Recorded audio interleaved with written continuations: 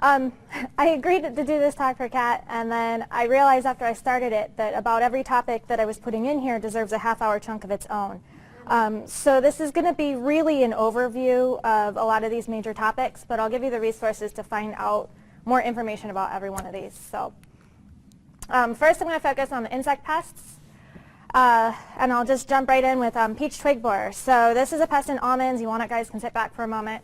And peach twig borer is what we call both a direct pest and an indirect pest. So when we talk about direct pests in insects, these are the ones that are attacking your actual crops. So the insects that are in your nuts, navel orange worm, codling moth, peach twig borer, things like that. I'm going to focus on it today as its role in an indirect pest because in a young orchard, you don't have the nuts yet. So life cycle of this pest is it overwinters in what we call hibernaculum. This is not actually the hibernaculum. This here is the frass, or basically the insect poop, but we use fancy words in entomology. So this is the frass of the insect, and so it is bored down into this wood here and created a little top for itself. They overwinter there, and in the spring they crawl out. This is our twig borer larvae. They have a dark head, and that's one of the things that makes them recognizable. And what they will do in the spring is they will crawl down into the shoot, and you'll get what we call shoot strikes. So the tips of those shoots will die back. We then enter what we basically just have a repeating life cycle throughout the summer. So in California, they have 4 generations a year. After they feed in these shoots, they actually will bore down in here and make a little tunnel. They'll pupate out on the outside of it in like a bark crack or a tree crotch or anything like that. They will emerge as an adult. They'll lay eggs on the undersides of leaves and on twigs, and then they'll repeat that whole process over and over. Once you get into bearing trees, they will move into the hulls and into the nuts, but like I said, we're not going to focus on that right now. And after we've done several generations, in the winter they'll bore back down in, sort of into this pupal type stage and form this hibernacula again. So why we are concerned about these in young trees? Well, what happens is that these larvae, when they come out, can march right on up your twig. They'll chew off these buds, and you can basically have interference with the development of your tree structure. So here we have, actually, here's the hole that the peach twig borer larvae has tunneled down into the branch with. This one's going to take out this whole little shoot here, and here we have another shoot strike. So if you are monitoring in your first leaf trees after planting for shoot strikes, basically we're concerned with that very first generation of the peach twig borer. And so you're going to be out there in April looking for any flagging like this. Some of the IPM recommendations from the university recommend that you consider a May spray if you're getting about 4 strikes a tree, depending on how conservative or aggressive you feel like managing your orchard. That threshold might change a little bit if you're really concerned about the tree structure that you're seeing out there. Dormant monitoring is what you're going to do in the first dormant season of your orchard. And this is to catch that generation that is emerging in the second leaf of your tree that will then interfere with your secondary scaffold development. So what you're looking for in the crotches of, obviously at this stage, a 1-year-old wood, but as they get older it'll go up to 3 years, are the hibernacula. And it's kind of ridiculous to try and show these pictures. It's a little bit easier to see if you have an actual tree.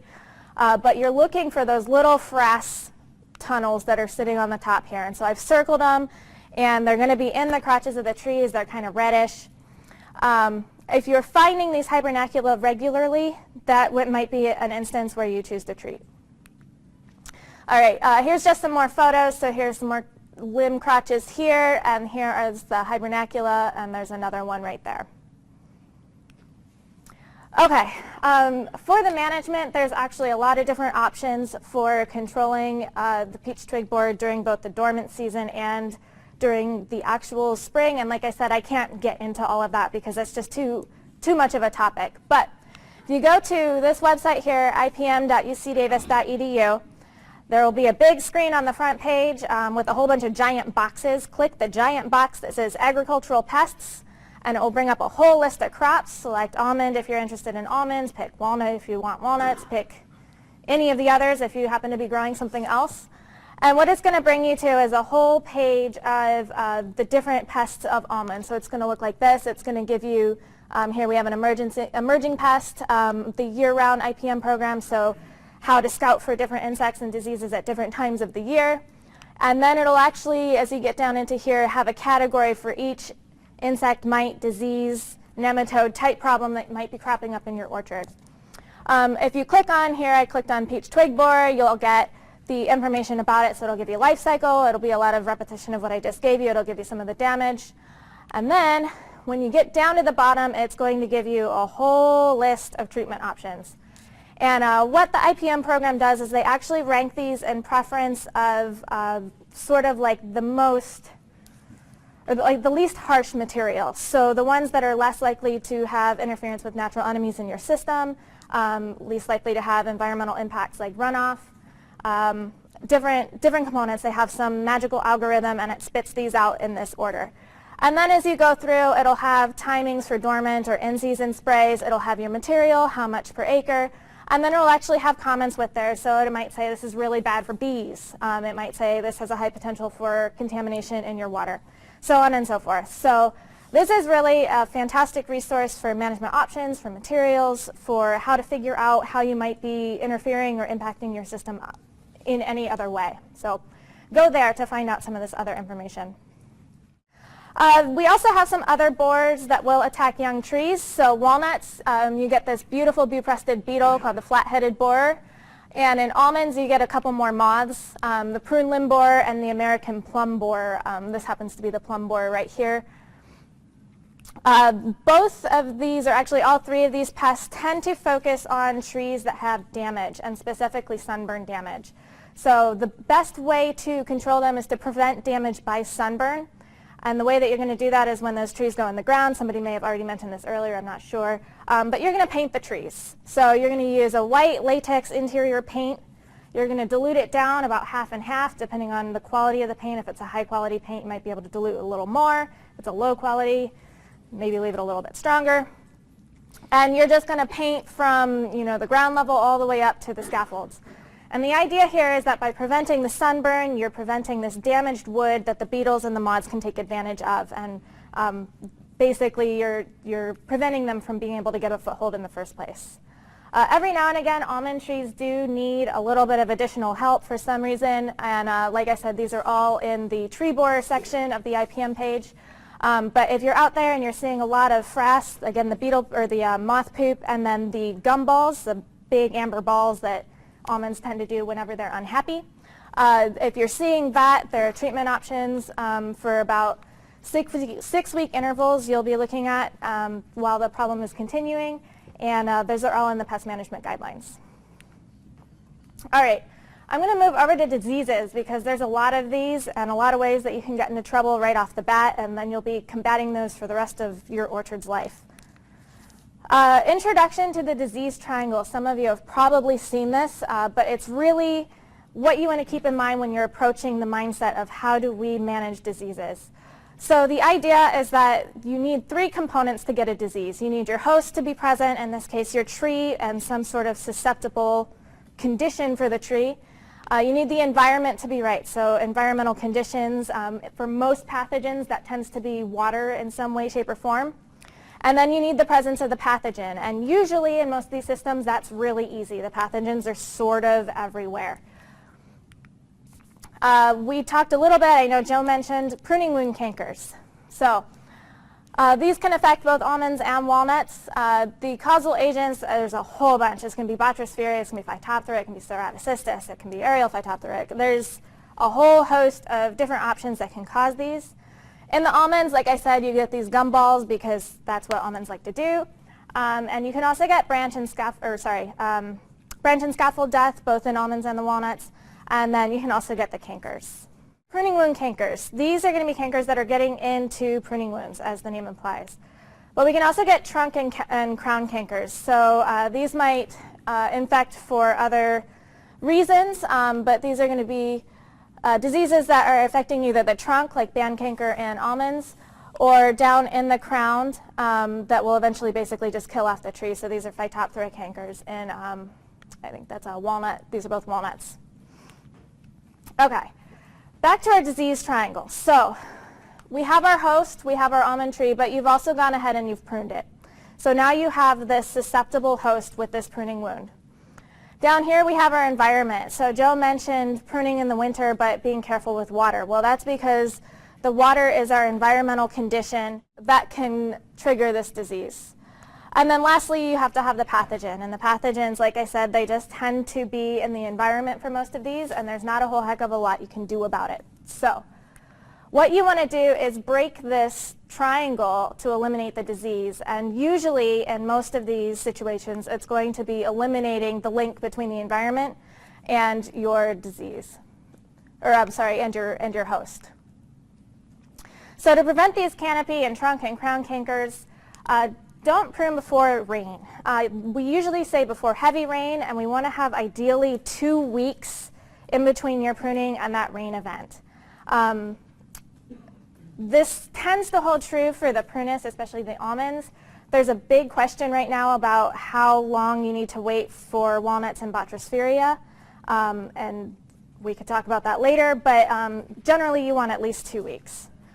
You want to avoid large cuts when unnecessary. So trees are kind of like people in that if you have a large cut, it takes longer to heal than a small cut, just like if you have an arm chopped off, it takes longer to heal than if you got a paper cut. Okay, keep your irrigation water out of the canopy.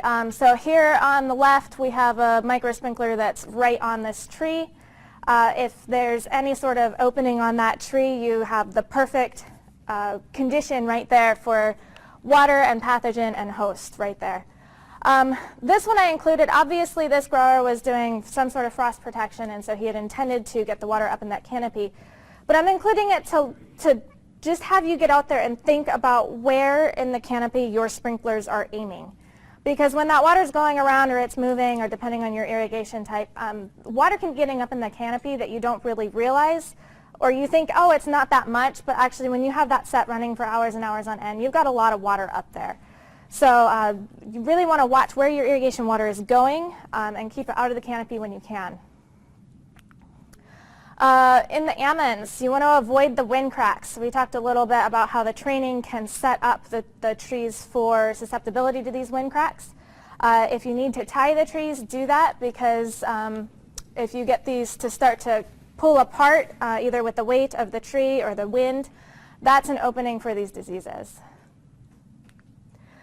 All right, avoid over-irrigating and oversaturated ground. So for these crown pathogens like Phytophthora, their golden ticket into your tree is wet conditions. And if they're anaerobic over wet conditions, that is their opening to get in. For solid set systems, I like to try and see growers keep them below an 18-hour runtime to keep the soil around the crown from being too oversaturated. And lastly, just something to keep in mind is fungicides will not cure an infected tree. Once your tree looks like this, you cannot fix that. That tree will have that canker for the rest of its life, and that's going to impact the ability to move water and nutrients throughout the tree, and it's going to affect production, assuming you're even able to keep these scaffolds alive. So that's why prevention for the pruning wound cankers and for these trunk cankers is really your ticket to making this whole thing work. All right, I'm going to move on a little bit to crown gall. This is caused by a bacterium, Agrobacterium tumefaciens. We typically associate crown gall with walnuts, but almonds actually do get crown gall as well. They just tend to be more under the soil where you can't see them. The reason we're concerned about it is you can girdle your young roots, you can girdle the young trees, you get really ugly stuff that nobody wants to have their neighbors see when you're driving down the road. Okay, again, we're really looking at prevention. So some of this is actually your pre-plant practices, and I'm not sure if I'm supposed to include pre-plant into a young orchard, but if you plant it right, you're going to be far ahead from the get-go. So what you want to use is something like Galtrol or Nordoc or a similar material on these roots before you put them in. And Galtrol is actually, it's another bacterium, so it acts as a biological control. And the biological control bacterium, it's another agrobacterium, actually infects the tree in the sense that it gets in all of those damaged roots and colonizes. but it is not pathogenic to the tree. So it colonizes the tree, it takes up all that available space, and so when you put it in the ground where it can be exposed to the crown gall bacterium, the crown gall has no place to infect because it's already been filled. So that's the basic idea behind it. And you want to make sure that you get something like that on there so that all of the wounds that come naturally just with the whole transplanting process are protected. Avoid injuries to roots when you're planting. Some of this is just good planting practices. Don't just jam the tree into the hole. And don't unnecessarily cut back your root system. So roots are something where size matters. We say, guys, it doesn't matter, but for roots it does. You want to keep the root system as large as possible going into the ground, and you do not need to balance the roots with the shoots. That's a total, I don't even know where that came from, but there's no rule that the root system needs to be the same size as what's above the ground. So keep it large, don't cut it way back. And then as you're going through and doing any other, say, cutting of suckers and things like that, make sure you disinfect your pruning shears as you're going along, and never, never, never put them on the ground and then cut something, because that bacterium is in the soil, and then now it's on your pruning shears, and then now you've introduced it to a wound on your plant. All right, if you need to treat this crown gall in your walnuts, this is a really labor-intensive process. You do not want to have to do this to your whole orchard, because it's 1 to 2 hours that you are spending per tree, and this is usually a couple guys of labor potentially. So you want to excavate, and I will say this is all written out in a very nice thing on the IPM page, so this is a brief overview of it. But you want to use either like a pneumatic or a water type excavation of the roots to expose your whole crown and see where all of the different galls are. So this one has been blown out. You can see the top of the root system here. You want to physically remove it. So get out there with your hammer and your chisel or your hatchet and just hack it apart. Get the whole gall off of there. Flame the edges. So that's what this photo is showing here. They're flaming around the edges of where this gall was. Or you can treat it with a bactericide. I think that's called Gall-X. And then you want to leave it uncovered for a year. So if you think about it, you just chopped this tree apart. The last thing you want to do with that fresh wound is cover it back up with soil. So you have to leave it open to try and make sure that you didn't reinfect it, and also to make sure that you remove the whole gall in the first place. So if you didn't get the whole gall out, you might need to go back and retreat it.